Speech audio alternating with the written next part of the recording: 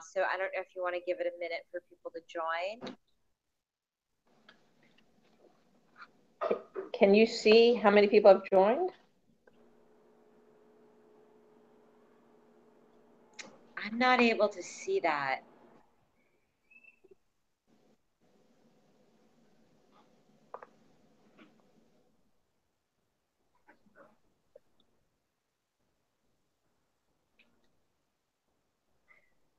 And can people see both you and me right now?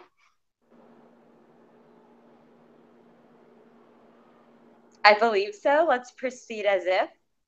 I'll just introduce you. I'm really excited that you're here, Ellen Brodsky, to speak to us today about conferences and how we leverage conferences to promote our films. And without further ado, I'd love to hear what you have to say on the topic. Okay, I think I'm going to start. And what's great is some people have said they're here. I see Kelly and Rick and maybe Lisa. And if you have a computer that does not have a camera, you can just listen to our voices and see us. And I'm noticing it's just 3:01. So I think I'm going to take 2 minutes to introduce myself even more. Is that okay, Shalini? As I'm yes. Here. And I want to make sure, can everyone see me now that I'm speaking? Just let us know in the comments if you can. I'm Ellen Brodsky. I've been in New Day for a year and a half. I brought the film The Year We Thought About Love. It's about an LGBTQ theater troupe here in the city of Boston. And so when I talk about some conferences, it's going to be with that film. You know that I also worked 8 years as co-producer on At Home in Utopia with Mikkel Goldman about the Jewish communists of the Bronx. And that's how when I first learned about New Day. So that is my mini intro to myself. And this is going to be taped. So if you've missed the beginning, you can always go back and see it. But we kind of were into like starting promptly. It's 3:02, and it looks like we've got 3 or 4 people on. Shall I just begin? Yes, please do. Okay. I'm going to ask a bunch of questions. I'm going to answer a bunch of questions. I have it all written out, and I can send it to you afterwards if you want to not have to worry about taking notes. At the end, I'll take questions. But again, if you have questions that you don't want to forget about, type them in, and we'll make sure to answer them. Question, why do conferences? And I came up with 3 more. 1, make money by selling your films to people who want to use them. 2, reach your desired audience directly where they gather, where they're all in one room. And 3, meet and partner with other organizations who are attending this conference, either as presenters, attendees, or exhibitors. And by meeting these other people, you often get invited to their conferences, or maybe you get links on their website, or you get an exchange of email lists, or reviewers of your discussion guides, or great quotes about your films. So these are 3 big reasons why I like to go to conferences. I also want to let you know that Reagan Bashir did a great video about why she likes to do conferences, and that's on the website, and I'll provide a link in the materials that I hand out afterwards. The big question, how do I make them affordable? I'll share what I do as well as what others do. Basically, I try to treat conferences, trial and error, the way I treat color correction and sound mix. These are things that I raise money for because they have costs that I can't do myself. So where do we get the money? We know that there are some big popular places to get money, like Fledgling, but there are also other places. I'll be doing this for about an hour, but you can walk through. I'm sorry, that's my daughter. Get anything you need, hon. So there's also funders. Any of the funders of your film, lovely grant with some strong objectives of how you're going to change something in the field of your documentary. You can also go to any individuals if you did a Kickstarter, or maybe you'll do another Kickstarter. So the first thing I did was I raised $17,000 for travel funds for the young people in my film to go to festivals. And then I raised $5,000 as a travel bank to go to conferences. And that made a big difference. So that way, if I was taking a risk on a conference, I was like, oh, it's coming out of the grant. It's not coming out of my DVD sales. And the reason I wrote this grant is there are a lot of hidden costs to conferences. Sometimes we get all excited, like, yay, we got accepted. I'm going to go do a workshop. This is a big national conference. And then we look at the small print and they say, you have to register for $150 to attend this conference. And this is the hotel, which we suggest you stay at so you can be near everybody who can talk to you. And the planes are, costly. And all of a sudden you're spending $1,000 or $800 on a conference for which you might have 10 people sitting in your workshop and saying, well, that wasn't worth it. So another thing I like to really suggest is ask. You call the conference and you say, a lot of your presenters seem to be academics who'd be attending this conference anyway and who have universities supporting them to attend this conference. I'm an independent filmmaker and I'm bringing a unique resource. I'm wondering, can I skip the registration fee? Can I get help with a hotel? And that's if you're a workshop presenter. When you apply to a conference, I guess I'll jump into that now. Many people say, don't go unless you're a keynote or unless you're programmed at a time when nothing else is programmed against you, like an evening event or a luncheon event. That's great. And often if you've been invited to do that, you might even get paid to do that. I just was an evening presenter at ASECT, the American Association for Sexuality Educators, Counselors, and Therapists. And I said, I want to bring my young people. I need 2 hotel rooms for 2 nights. They said, okay. I said, I need, minimum of $500, which is low. I mean, you can often try to get more, but, because I pay my youth to speak. Whoops, did you hear that funny noise? We'll be okay. That's all right. And so they were like, okay, we'll give you the hotel rooms. We'll give you, breakfast and lunch at the conference. We'll give you a speaker's fee. And that was great. That made it much more affordable. And therefore, I really only took the planes out of my grants that I had raised money for. But it's a real, and I'll get into it, it's a real personal choice whether you want to go, even if you're workshop only.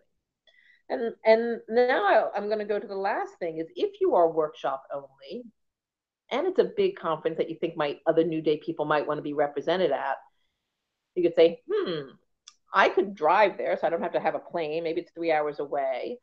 I could present to this workshop, even if only 10 people show, because I want to network with everybody else at the conference. But maybe I could write to all the other New Day filmmakers with a film in the same topic and see if they want to go in for a table. Let's say a table costs $400 and you can get 10 filmmakers in your topic area. That would be $40 a person. With that table typically comes 2 free registrations. So at least you're saving yourself the registration cost to work a table. Work a table is no small feat. And it can take a lot of time and energy, and maybe not everybody's up for working a table. But I wanted to share this idea because you might do a workshop and only see 10 to 15 people. Okay. You might do a workshop and only see 10 to 15 people. If you sit at that table, you can have individual discussions with probably 40 to 50 people at least in a day, if you're there for a day. And that might be more meaningful than the workshop was. So, and in all of those conversations, you can mention your own film first if you want. You're the one sitting there, as long as you also say, what are your other topic areas and point to the other postcards on the table that the person might want. So I'm trying to encourage, if people are schlepping to wherever they're going, to think, is this a place for a table? Do I have the time and energy for a table? And would that save me some costs?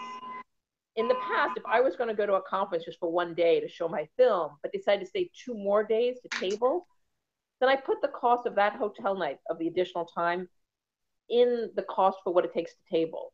So I get those 10 filmmakers to cover the costs, not just for the table, but for that extra time that I'm staying there. Tabling, we have a great resource on how to table sitting on the website that was done a couple of years ago. That if anybody's tabling, I really suggest reading. And if anybody's tabling, please talk to me, because we want to boost you with social media. We might want to mention you in the newsletter. There's all sorts of ancillary benefits that we want to give you. By the way, even if you're speaking at a conference or doing a workshop, please contact me. We really want to, boost your efforts. But let's talk about which ones do I. So that was under the how do I make them affordable. Which ones do I attend and how do I find out about them? Well, everybody's going to have their own set of criteria. Some people might say, I'm only going to attend to ones that are within a 3-hour drive. I'm only going to attend ones that are small because I want high impact. I don't want to get lost in 1,000 people. I'm only going to attend ones in which I'm the keynote or getting paid for. Set up your own criteria, whatever works for you.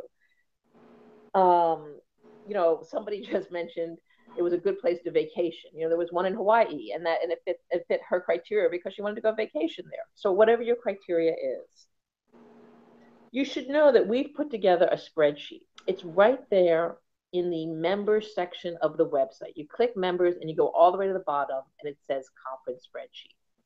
I'm told we're going to be revamping that member section, so it might not be there forever, but that's where it sits right now. For the very first year ever, we decided to, I'm sure they did this in the past, but in the recent memory, Joan Mandel, who's an MO, did research and put a whole bunch of conferences in with their websites and their due dates, with the idea that the first week of every month, she'd send out a blast to you all about upcoming deadlines for conferences. And you might be like, oh my gosh, there's so many great conferences. I'm going to apply. Think through too, hidden costs, things like that. But you can apply and make your decision once you're accepted. I'm going to talk soon about sample applications, so that will be discussed in a minute. So anyways, we have a great spreadsheet, but let's say you know of a great conference and it's not on the spreadsheet. Please feel free to add it yourself. Just take the time. We have now made it an editable link for everyone. It'll save us a lot of time and effort, because we're going to try to keep it up to date, but we can't really do everybody's topic. There's no way, we would be successful at that.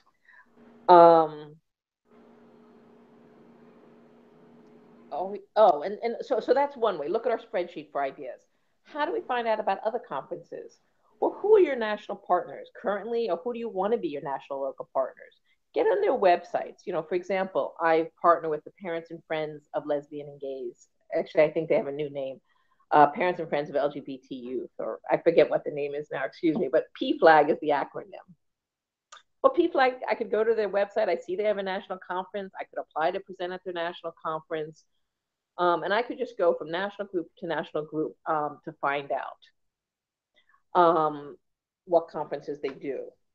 And then finally, you should think, what conferences should I do? Oh my gosh, there's so many. You can do conferences for 2 to 3 to 4 to 5 years. It's not exactly like festivals where they really want you to be within a year or two of making the film. Conferences are much more relaxed about all of that. So don't try to think I've got to do it all my first year or it won't happen. Give yourself 2 to 3 years. What do I do when I get there? How do I get the biggest bang for my buck? I'm going to repeat this a couple times, but email is gold. We've been told that. So now you have to be clever on how do you come home with the most emails. I'm going to mention that a couple times. That's the first time. So first is the prep. What do I need want to go there? Business cards are still helpful. Postcards are really helpful. Extra DVDs are helpful, and comfortable shoes are really helpful. Those are the key things I'd say. The extra DVDs, I went around at one conference and I recommend everyone doing this. And I shook hands and looked in the eyes of every exhibitor and said, what do you do? And I listened and I followed up with more interesting questions, as if I was interviewing them for a film. I care about them. I want to know all about them. After I know all about them, I ask them if they have any use of films. Maybe they have national conferences. Maybe it's a journal that reviews things. Maybe it's a training center that's always looking for materials. If I think I could benefit from a quote from this person or somebody at their agency, I say, can I give you a DVD to review? And so having those extra DVDs are great as compared to I'm going to follow up by sending you a link or something like that, especially if you have an attractive DVD cover. So one of my first conferences, I did that. It was the NEA, the National Educators Association. They were having a big conference in DC that they used the old-fashioned language of women and minorities, and that was what the conference was on.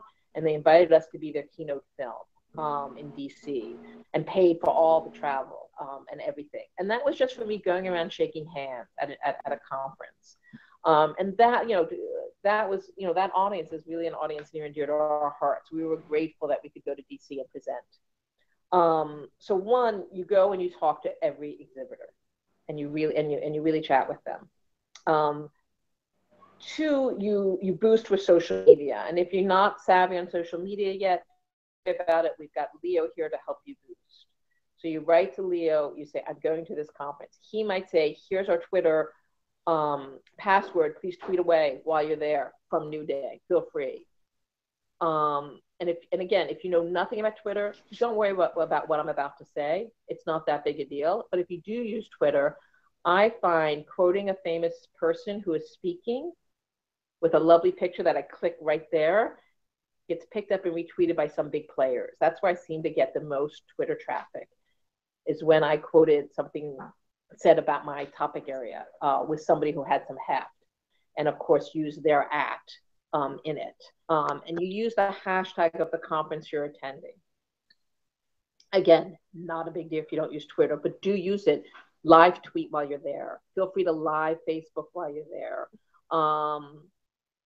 And when you are there, put in the hashtag. We had hashtag ASEC17 at this last conference, and I liked everybody, almost, everybody who said something and used that hashtag, and they'll be like, who's the year we thought about love? It's a great way for people to know you're there and to know you're reading what they're posting and they're reading what you're posting. They'll retweet your stuff. Free thing to do while you're there. Visit all the exhibitors. Yeah. If you're tabling, meals are for networking. You might be a natural introvert. It seems like a lot of filmmakers are. That's great. You observe things and you think things, but this is the time to, put on that filmmaking hat and ask questions at meals. Hey, what brought you here? And really work the meals if you can. But I always say the most important way to get the biggest bang for your buck is to take care of yourself. If you need to go back to the hotel room and take a nap in the middle of the day, do it. If you need to go see sunshine because you've been indoors for 3 days, do it. Rent a bike and bike along the beach, and you'll come back so much better. So I've done all of those things. So that's kind of how do I get the biggest bang.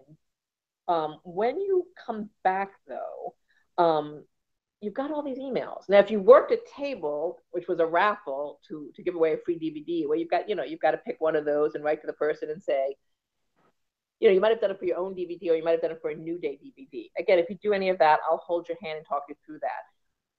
Team will send out those emails, will help get the DVD. We don't want you to have to worry about that. You were kind enough to sit at the table.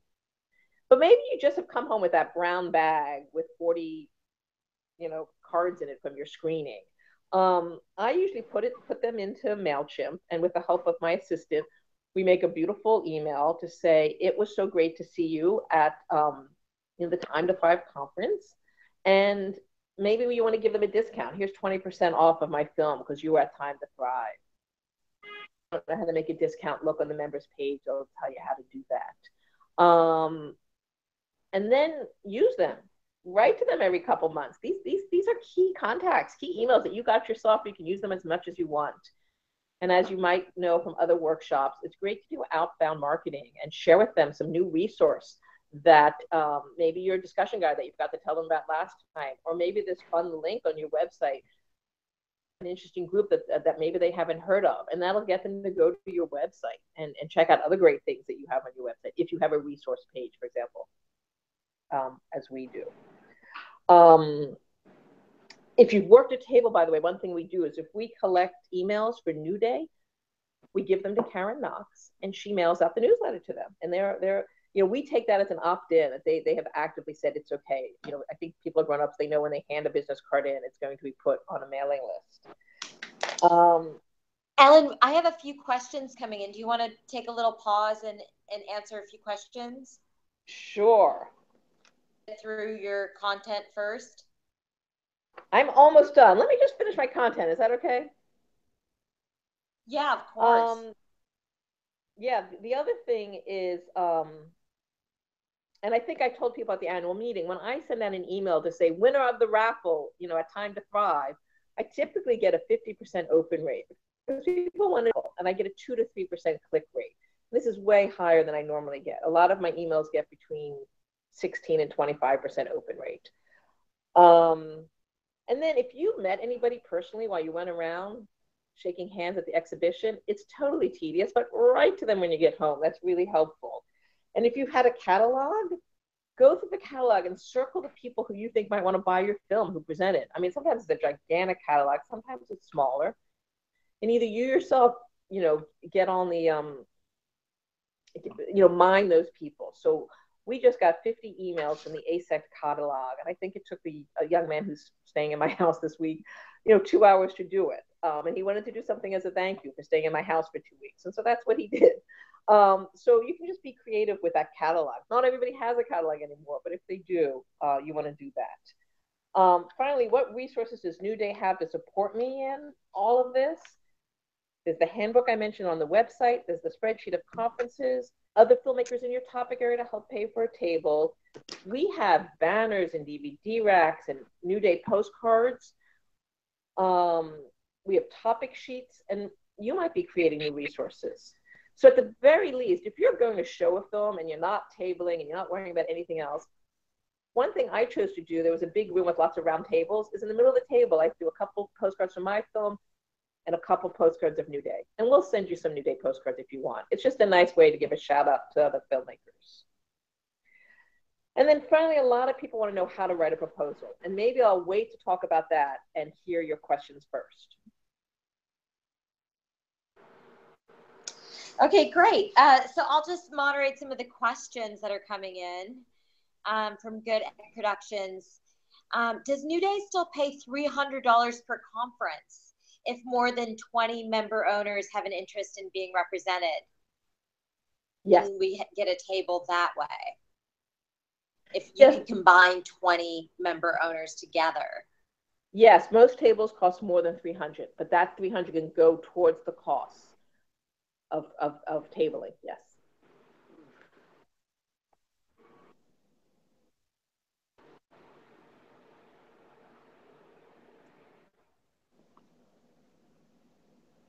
And everyone should know, by the way, there's a live chat. If you haven't found it yet, look for that place to ask any questions you have. Do you need some more questions? Yeah, I'll take another question. You're dropping in and out for me. But coming in from Jonathan Skurnick, how does one go about acquiring the DVD rack, signage, etc.? And he also wanted to let us know that he has an assistant tabling for us at Gender Odyssey Conference with gender-related titles. Only 100 in attendance, but he'll report back what happens. But his question was, how does one go about acquiring the DVD rack, signage, etc.? Right. Talk to me. We have 2 different racks. So we've often had them traveling around the country. Sometimes we'll have you mail it to the next person, and we cover mailing costs. We in Commotions through Alice Bouverie. And by the way, when you have only 100 in attendance, that might mean it's what we call a high touch audience. You can really talk to a big percentage of the people there. So, that could be great. Great. So Kelly Anderson wants to know, are we allowed to offer any New Day film as raffle prize if it's a New Day table? Can we say, that's what we've been doing. Yeah. We've been saying any New Day film, just to make it simple. It's very hard to say the 20 that are represented here, because usually we just send them a link to New Day. And so far, no one has been upset when I've called to say, this is how we collect emails now. They help everybody because they go to the newsletter. Your film was chosen. Great. And a question about format. Are you actually bringing physical DVDs with you? Are you having them buy the film online? Do you sell DVDs or streams as a result of conferencing? Do you ever promote online platform Canopy? Great. So I talk to people about all 3, DVD, New Day streaming, and Canopy, because that's what I'm selling. I sell all 3. I don't bring DVDs for sale. I just worked a conference with Tammy Gold, and she brought a bunch of DVDs of older titles, and she was like $20 you can buy them for $20. And so, and she sold, I don't know, 10 or DVDs or so. I have gotten a square because at one point I was selling t-shirts, and I thought I would do that more. This was my first year. I'm trying to right now represent my educational sales at conferences, and so I really want to send them to the New Day site. I don't assume people have $300 or even the $75 for community groups that I use to sell. And I feel like I talk to a lot of people about, do you ever ask the librarian to buy you films, especially in high schools? And some of them say, we don't have a library, break my heart. But some of them say, that's a great idea, I forgot. You know, the library and I have put together I was just at a school social work conference. I'm like, oh, of course, because we have a great shelf on how to take care of yourself. And we have some books and DVDs out there. And I said, well, there are some titles here. I bet you want to add to that shelf. And your librarian has the budget, you don't. And so sometimes we have to educate people how their institutions can support them. And I'm still surprised about how some professors don't think to ask librarians to buy stuff for them, especially if they're younger or newer. That's a big important thing of one-on-one conversations. But I also suggest putting it in all of your email blasts. Ask your librarian to buy this today. You know, for people who think, I don't have a budget. Mm-hmm. And, you know, there's just a question about how successful are you? What are your click rates? What are your sales rates? How much effort are you putting compared to what you're getting out of as far as sales and clicks? Right. I find conferences to be mysterious. And that's why I really like to talk about all the other great things that can happen. So I schlep out to San Jose for the National School Social Work Conference because I'm like, can I break this K-12 market? And I did a 3-hour workshop for them. And I love doing a 3-hour workshop at a pre-conference, by the way. I've done that twice now. I feel like I get more people show up.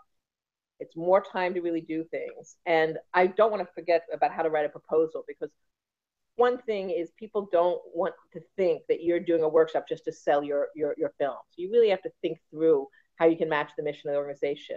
But anyway, so I had 25 people there. I had a promo code. 2 of them went home and ordered my DVD that I know of for sure because they used the promo code.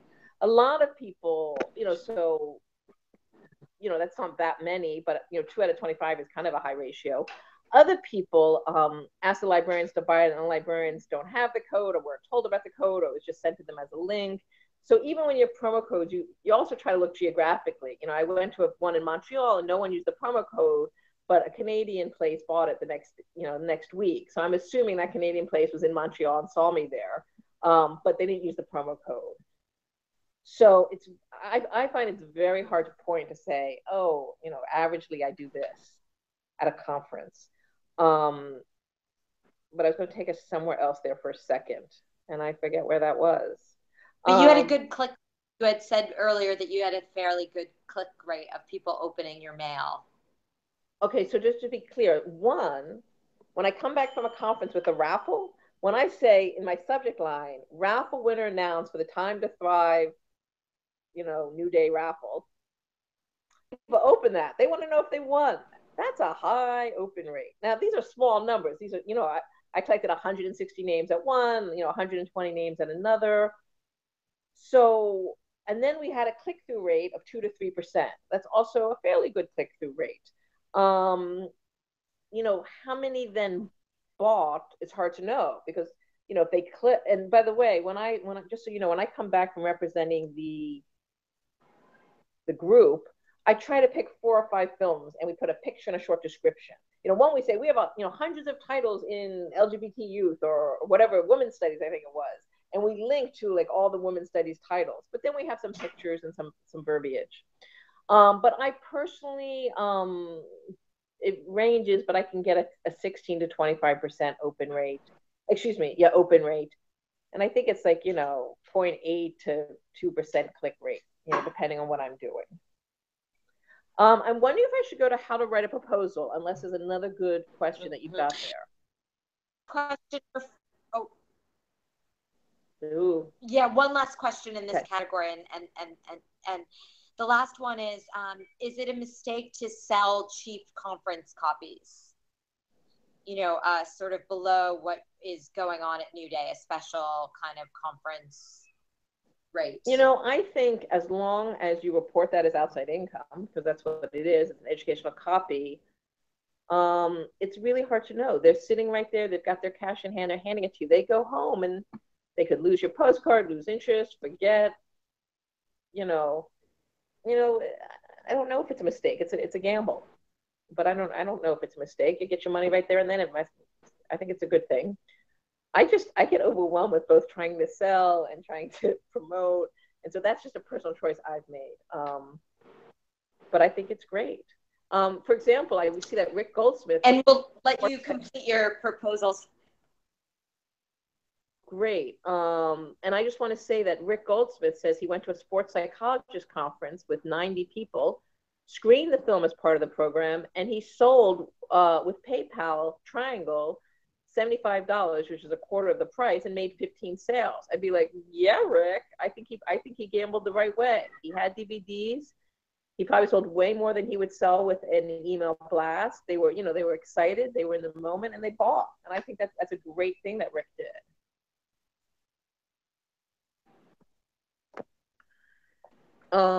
Okay, so how to write a proposal. A lot of people were asking questions about this. So I asked the general membership to send me their proposals. And I chose a couple that I thought were excellent. And I also, the National PTA, Parents Teachers Association, has 4 recommendations on how to write a proposal for their workshops. And I thought they were pretty generalizable, if that's a word. Align your proposal with one of the issues highlighted in our policy agenda, or that's a leadership topic that's key to state and local PTAs. But I would say a leadership topic key to the place you're applying to. Include an objective that clearly communicates what can the people at this conference do. Incorporate someone in this topic area in your submission. Here they're saying a PTA person, but if you're a women's studies conference, you might want a women's studies scholar to co-present with you, and you'll really up the heft of your proposal. And make sure your submission does not feel too promotional of a product, service, or other revenue-generating endeavor.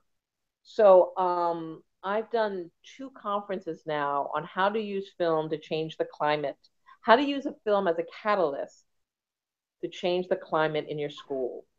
And I bring in, just so you know, materials from other groups. So I have a school assessment from GLSEN, which is a Gay, Lesbian, Sexuality Educators Network. And people are like, oh my gosh, I've never seen this assessment. To me, I'm like, come on, guys. It's been around forever. But people are so grateful that I put together kind of A, B, C steps on assessing the climate of your school, choosing a purpose for your film screening.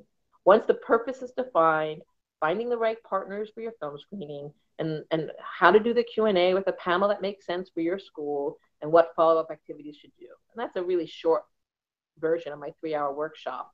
But I feel like I'm talking about climate change, not buy my film now. And those types of proposals seem to do better. But I'm gonna, again, in the email that I send around, and maybe I'll try to get it on the website to live forever, are a couple proposals. And again, if you've never written a learning objective, and I come from public health and education, so I was taught how to do this at one point, but you Google how to write a learning objective.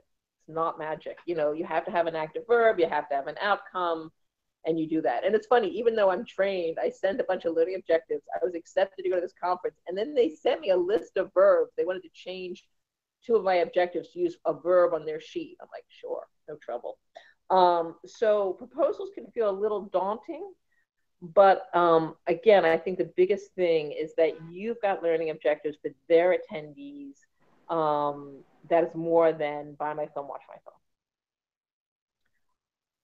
Are there other questions?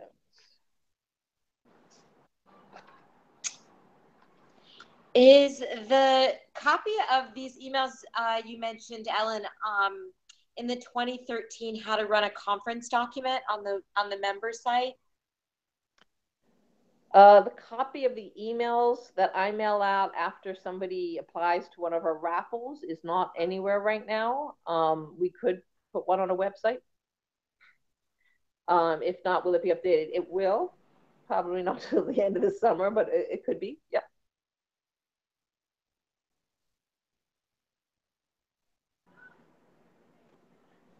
Great. And are there other questions out there?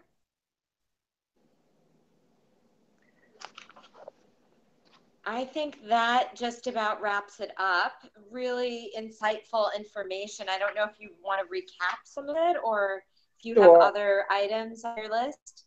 Sure. The most important thing is to please contact us if you've been accepted to one. So please take care of yourself and figure out how to raise money so you can do these without worrying as much. To ask the conference holders for more than you might typically, and if you need to practice with a friend on how to do that, please do. One thing I've learned the most of is silence. I really need free hotel and travel, and they haven't responded yet. Sometimes we quickly go, but I understand if you can't afford that, you're a nonprofit. What I've learned is to sit in silence, let them be the next person to speak, not you. And so these are just that's just basic, price negotiation tips. But I really think asking is great. And did I mention email is golden? You want to come home with emails. You really do. Oh, wait, Lisa has a question. Kelly says. So we'll see what Lisa's question is before we finish up.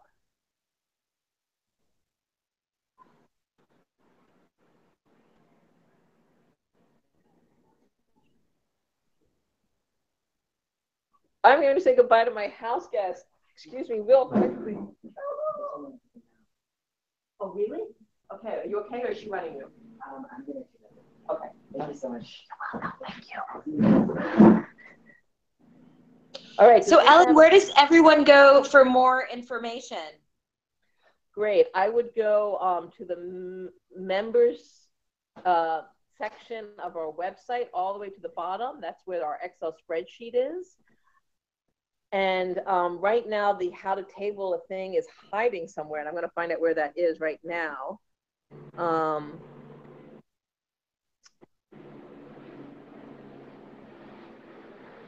Oh, okay. There seems to be a question about swag bags. Once accepted into a conference, by the way, feel free to ask them for the conference email list. A lot of people don't give it, but some will. I was shocked how much some place was charging like $90 for their email list. So you can decide whether or not you want to buy that. Sometimes, I've had this happen a couple of times where I've asked to put postcards into a swag bag. I'm sorry, I forgot to mention that. And they say yes, and that's fabulous. Again, that's what I mean about ask. Stay at your house and mine lives for me. Yeah, I think you have to be near their surgeon. Okay, and then where are these things? If you go to the New Day website, and you go under the members thing, under policies for some reason is where you'll find the conference document about tabling. So I go to members, you go to co-op operations and policies, and I bet this is going to be moved because it's a funny place to exist. And if you and you shoot down in red, it says Guide to Exhibiting at Conferences. So that's where I found that on co-op operations and policies. And somebody else wrote that, not me. They're much more organized than I am. They're just great about what you should do 9 months before, 6 months before, 3 months before. And I'm like, great. I can't do that, but somebody else could. I lost part 1 of my conference. If accepted to a conference and you want to ask a conference about putting postcards into swag bags, second half is, or mailing lists, what do?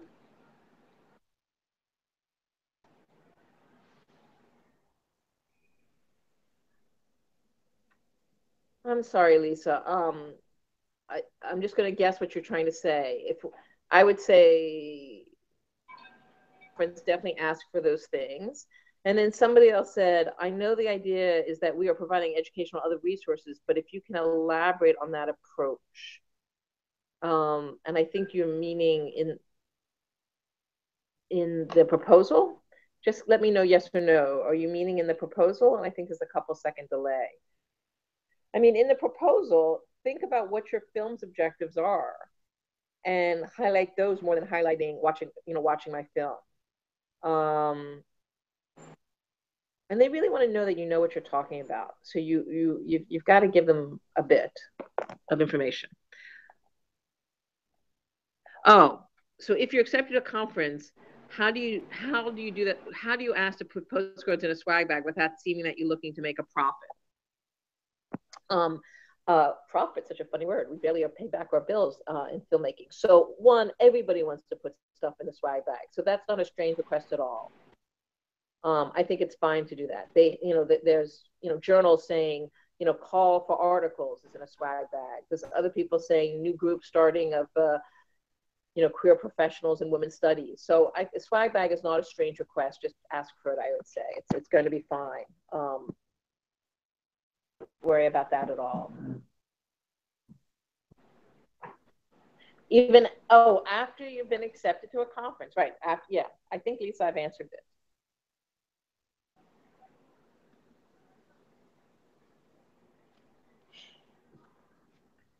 Great. And so can people reach out if they had questions, Ellen? That was really insightful and super helpful.